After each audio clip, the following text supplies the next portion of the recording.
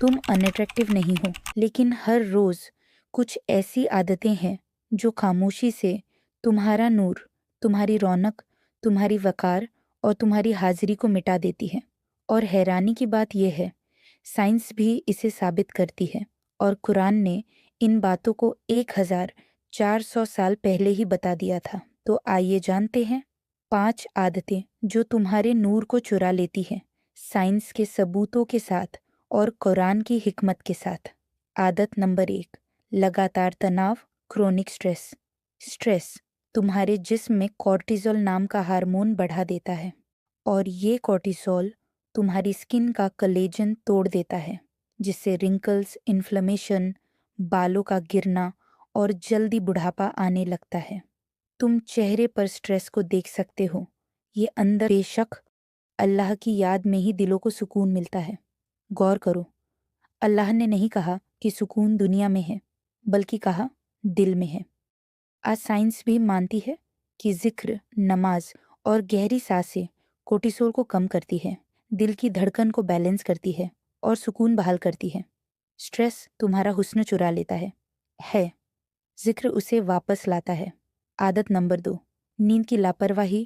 نیند آلس نہیں بلکہ شفا ہے۔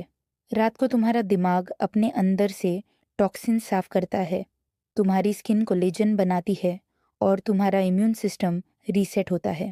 ریسرچ بتاتی ہے نیند سے محروم لوگ کم اٹریکٹیو لگتے ہیں، ان کی سکن پھیکی اور پوسچر ڈھیلا ہو جاتا ہے۔ قرآن کہتا ہے وَجَعَلْنَا نَوْمَكُمْ سُبَاتًا، اور ہم نے تمہاری نیند کو آرام کا ذریعہ بنایا۔ سبات کا مطلب ہوتا ہے سبحان، پوری طرح ڈسکنیکٹ ہونا، ایک ریسیٹ۔ اگر یہ ڈیوائن ریسیٹ نہیں ملتا تو چہرہ، موڈ اور جسم سب ٹوٹ جاتے ہیں۔ سائنس اب ثابت کر رہی ہے جو قرآن نے پہلے ہی کہہ دیا تھا۔ عادت نمبر 3، نیگیٹو بول۔ سائنس بتاتی ہے تمہارے لفظ صرف دوسروں کو نہیں، تمہارے دماغ کو بھی بدلتے ہیں۔ لگاتار شکایت، غیبت اور گوسپ سٹریس ہارمونز بڑھاتے ہیں، امیونٹی گھٹاتے ہیں اور ایک ایسا بھاری پن پیدا کرتے ہیں جسے لوگ تمہاری موجودگی میں محسوس کرتے ہیں۔ یہ آیت صرف گوسپ روکنے کے لیے نہیں بلکہ سمجھانے کے لیے ہے کہ یہ کتنی گندی چیز لگتی ہے۔ نیگیٹو بول تمہارے رشتے، ریپوٹیشن اور تمہارا نور سب جھر کر دیتے ہیں۔ عادت نمبر 4، خراب۔ تمہاری سکن، بال اور جسم کی ہر کوشکا تمہارے کھانے سے بنتی ہے۔ شوگر، جنک فوڈ اور تلی ہوئی چیزیں آکسیڈیٹو سٹریس بڑھاتی ہیں، جس سے سیلز جلدی بوڑھے ہو جاتے ہیں، جبکہ صاف، حلال اور پیور کھانا اینٹی آکسیڈنٹ سے بھرپور ہوتا ہے جو ایجنگ کو دھیما کرتا ہے۔ قرآن کہتا ہے یا ایھا الناس کلوا مما فی الارض حلالا طیبا، ایسا کھانا نہ صرف بدن کو بلکہ روح کے نور کو بھی نقصان پہنچاتا ہے۔ عادت نمبر 5، گھمنڈ، ایروگنس۔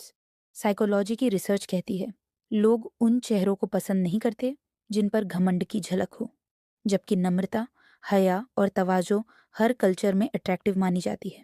زمین پر اکڑ کر مت چلو، اللہ گھمنڈی اور فخر کرنے والوں کو پسند نہیں کرتا۔ گھمنڈ چہرے کو بدصورت بنا دیتا ہے، جبکہ انسانیت اور تواضع چہرے کو نورانی بنا دیتی ہے۔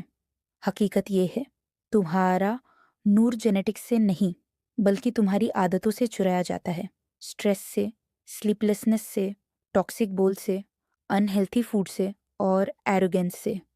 اور قرآن پہلے ہی ہمیں اس کا حل دے چکا ہے۔